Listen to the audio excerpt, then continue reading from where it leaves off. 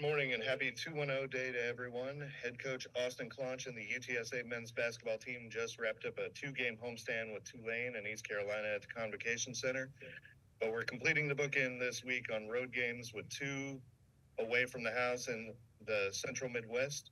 UTSA will travel to rematch with Wichita State on Wednesday and then head down for the second game at Tulsa on Saturday nationally televised on ESPNU. Coach Claunch, can you talk to us about the past week of Roadrunners basketball and give us your thoughts on the week ahead for UTSA? Yeah, obviously two just really tough into the game losses last week where, first of all, give credit to Tulane and ECU. I mean, that's part of growing as a program and programs is you win those games. And, it's certainly frustrating for us to feel that, quite frankly, two that we feel like we gave away. I mean, a sizable lead against Tulane with 2 minutes left that, they make the plays and we don't. And then, the ECU game, you've got a 2-possession lead in the final seconds. As a coach and as a team, it's frustrating because you don't even feel like you're close. You feel like you're there, and you've got to figure out how to win those games, and your record looks completely different. And that's what we're in. I mean, that's sports, and these guys we're playing better. We certainly were, even coming off the week before with a huge win on the road, and now we go on the road against a Wichita team that we beat that's playing really well. They've won a couple in a row, and then a Tulsa team that beat us here. So never easy to win on the road or home in this league. We expect another one-possession game. I mean, it seems like every game in this league is nip and tuck to the very end. I like how we're playing. I like the direction we're heading in, but we feel we're playing well enough to win these games, not just continue to improve. We feel like we're playing well enough to win, and now it's time to figure out how to do that. Sean, go ahead and get us started. Coach, as you mentioned, you're facing these teams this week for the second time around. How does that help you? How do you approach it differently when you see teams for the second time in a year? Well, quite frankly, you'll look at the film from the first game, but we're playing differently. They're playing differently, and it's they got the same jerseys on, but quite frankly, a lot of the times you're playing a different team. And Wichita played really, really well yesterday. Coach Mills has got those guys playing at a high level, really competing. It's Wichita State. Don't let their conference record fool you. They got good players. They've been really close, just like everyone in this league. And if we don't play well and execute like we've been doing, it'll be a tough game for us. With Tulsa, they had a tough one this weekend, but they've had some good wins too, beating this Wichita team at home. And obviously that's a game where they beat us here. So you're going to take some things from the first game, but you've also got to understand what they've been doing recently. But most importantly, I mean, Sean, you're trying to focus on you and continue to do the things you do really well. Because, when we do that, the last 3 times out, we've had leads in the last minute, and we've got to figure out how to finish those games. Go ahead, Jerry. You're muted, Jerry. You are muted, Jerry. Sorry about that. Hey, Coach, good morning. Was checking out some statistics on Marcus just before we got on, and I see he's shooting at a really high clip over the last 9 games. I've got him shooting like 50% from the field, like 58% from 3. He's averaging nearly 19 points a game. This is over his last 9, and I just it kind of snuck up on me a little bit. I see that young man do his thing every night, and I just had to go back and look at all the numbers and add it up. But he's really coming on here, and like I say, the last 9 conference games. In your mind, is Smurf playing himself into consideration for all conference with this outburst here? Well, that's not necessarily my job to decide that. I mean, he's certainly one of the best players in the league when he's got it rolling. I fully believe that we've got a couple of guys that are playing their way into that, and I think you've just seen Smurf grow and mature throughout the season and gain confidence. Quite frankly, to play for me, you got to be aggressive and I think that last shot in the last minute against ECU on Saturday, where he just comes off the ball screen and they're sort of backed off in coverage, and he just jumps up and lets it go to put us up 4 with 40 seconds left. That's the kind of confidence and quite frankly, that's just how well he's playing. You mentioned it. He has played at a really high level. It starts with his work ethic, but I think on top of the work ethic, there's true belief and understanding now of the type of player that he can be and is going to become. Coach, he was in a little bit of a lull before this streak. There were 4 or 5 games where he wasn't really shooting it all that well, and then all of a sudden he just caught fire. Was it just a matter of extra time in the gym and that kind of thing, or? I wouldn't say extra time. I wouldn't say that. This is a guy that works as hard as anyone I've ever been around. So I think it's more of just not if but when. I'm a big believer in work ethic and you're going to struggle. It's basketball. You're going to have games where you don't make shots, or you have a couple where you're not playing as well as you think you should. But ultimately, if you consistently stay with it and put the time in, and commit to it, it's going to pay off. And you're seeing that now. And there might be another game or 2 games or where he's maybe not as on as he's been. That's basketball, but your work ethic puts you in position to be successful more consistently, and that's what you're seeing from him. He didn't change anything or get in there more. This guy's in there every morning, every night. He lives it, and so it was going to happen eventually. And now you're just starting to see him build with confidence, and I would expect him to continue to grow and evolve.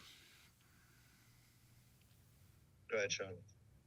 Coach, how special and how unique is it? You've been a number of places that at UTSA, the majority of the coaches here have been hired to do exactly what you're doing, which is revitalize and elevate the programs. And, I see you guys on social media all encouraging each other. Maybe could you speak to the relationship within the head coaching community here at UTSA? Yeah, it's funny. Literally walking down here, I texted Van, and I guess she happened to be in here and walked out, and I was talking to her. Of course, UTSA softball started 5-0 this past week.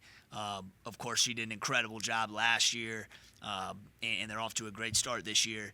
And that's everyone. That's just one example. I think I thought that women's game last week against North Texas at home, especially for me with the vision that we have for our group, you look at that crowd in the convo, it's not just fans from San Antonio, it's people and coaches within this athletic department, right? Coach Traylor, Coach Hallmark, and it's awesome to see. Like you said, I think we all have different obstacles that we're trying to overcome, and I think as coaches you can understand those you can relate to those with one another, and so yeah, it's a special place.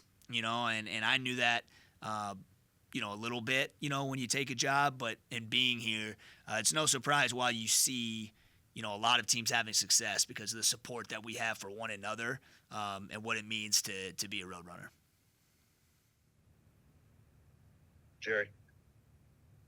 Yeah, Coach, I wanted to ask, just in regard to the 2 games last week and now moving forward with a couple on the road this week, where would you say just the overall confidence level of your guys is right now? Was it shaken at all last week, or you are still the same team that you beat North Texas on the road not too long ago. Where is the team's confidence level right now? I think it's probably as high as our frustration level, right? We're obviously frustrated because we feel like, again, we're at home and we play well at home. You look at our record, 3 of our losses, we've had 9-point home leads, and that's something that quite frankly, that can't happen. We've got to ice these things away on the road and figure out how to protect home. But at that same time, it gives you a lot of confidence because we've had the lead going in, these last 3 games in the last minute. Even before that FAU game where we really laid an egg. The couple of games before that, we had played really well. So we're really confident in every night we go out and in our ability to win the game. And it's like I said early on, it's not even at this point. Yeah, there's growing pains. I mean, you just touched on it. There's part of building and things like that. But when you're losing the way we lost those last two games, man, you don't even feel like you're close. You feel like you are there, and you've got to figure out when you are right there how to finish the game in that moment. And so, confident and frustrated, which is a good thing. You get frustrated because you feel like you're like I said, you're there, and now it's time as we keep putting ourselves in those moments, because we're going to be in a bunch of them down the stretch. This league, it's a bear. I mean, every game you watch on TV, it's like it's a 1 or 2 possession game.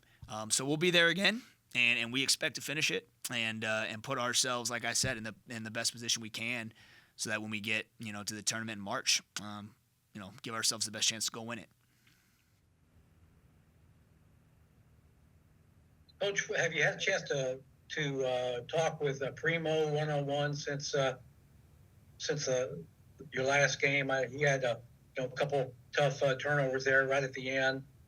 Looked like on his first one, I watched the replay, and on the first one that he made around 30 seconds or whatever it was, it looked like he was on the dribble, he was moving into traffic there, trying to get it up over half court. It looked like Ray might have been open on the other side of the court. Was it a matter of was Primo just maybe just kind of like he thought he could get to half court on the dribble and it just didn't look up to see Ray? Or what did you see on that first turnover he made there? Yeah, I think in those situations, especially with our team, with our ability to shoot free throws, once you get a team on the run, try to keep them on the run. And I think Pre thought, someone was coming maybe on his side and thought he was about to get bumped and get to the free throw line. And physical mistakes happen. I think certainly we want to keep that ball moving and get it across half court as quick as you can, because then they're probably going to foul. To answer your question, yeah, I texted with him that night, after the game, and listen, it's never a fun feeling. I've been there as a point guard, to have a tough turnover, sort of in the last moments, and it's part of growing as a player too. This is a guy that's had an incredible year. He's going to continue to have an incredible year, and he physical mistakes happen. I just talked to him and told him I love him, and we'll grow from this. He knows, he wants to win. This is a guy that is a competitor. And yeah, I think in that moment you look, maybe there's one he can kick ahead to Ray. I know Smurf's running. That one was a little bit tighter with them trailing, just with their length and athleticism. So, again, it's easy to, for me to play Monday morning quarterback right now and pause the film and say, hey, you got to do this, that, and the third. It's a lot harder when you're out there and they're moving at a high pace. And so, these guys want to win, and they all, got to continue to trust and believe in each other in these situations and find a way to get it done. Coach, it's almost like what makes Primo such a great player. Maybe it got him in trouble a little bit there at the end of the game. Maybe he was just trying to do a little bit too much. Yeah, sure. I mean, look, again, it's, you look at that first turnover, I think, like you said, there's maybe an option for him to get that thing up to Ray. And now once you cross half court, you're going to they're gonna foul. They're not gonna keep trapping, and that's a luxury that we have, man. We have a lot of guys that are gonna step up and make free throws at the end of the game. That second one's a little unlucky. Him and Ray kind of cut the same way, and he gets sort of off balance on the sideline. It looked like we were all trying to maybe call a timeout, but give ECU credit to tie that up and get a jump ball.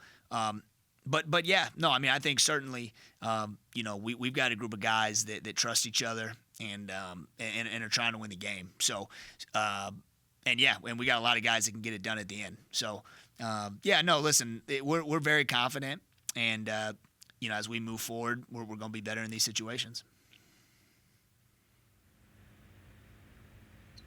All right. Thank you, everyone, for joining us today. We'll circle back around after the Shockers and then the Golden Hurricane. Thank you, Coach, for joining us. Thanks, guys. Birds up. Thank you, Coach.